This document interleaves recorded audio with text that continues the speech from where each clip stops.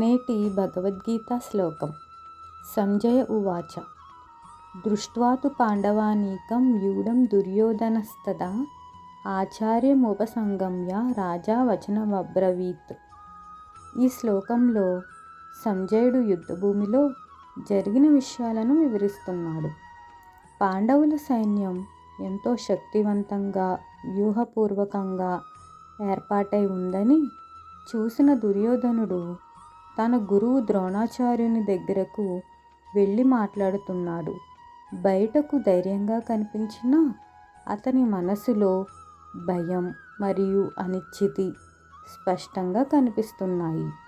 పాండవుల బలాన్ని చూసి అతని ఆత్మవిశ్వాసం కదిలిపోయింది. ఈ శ్లోకం మనకు ఒక గొప్ప పాఠం చెబుతుంది. అధర్మం మీద నిలబడిన వారికి బయట బలం ఉన్నా లోపల భయం తప్పదు. ధర్మం ఉన్నవారికి ధైర్యం సహజంగా వస్తుంది. అధర్మం ఉన్నవారికి భయం సహజంగా వస్తుంది. ధర్మం ఉన్నవారికి ధైర్యం, అధర్మం ఉన్నవారికి భయం. ఇదే గీతా సత్యం. జై శ్రీకృష్ణ. మీకు ఈ వీడియో నచ్చితే లైక్ చేయండి.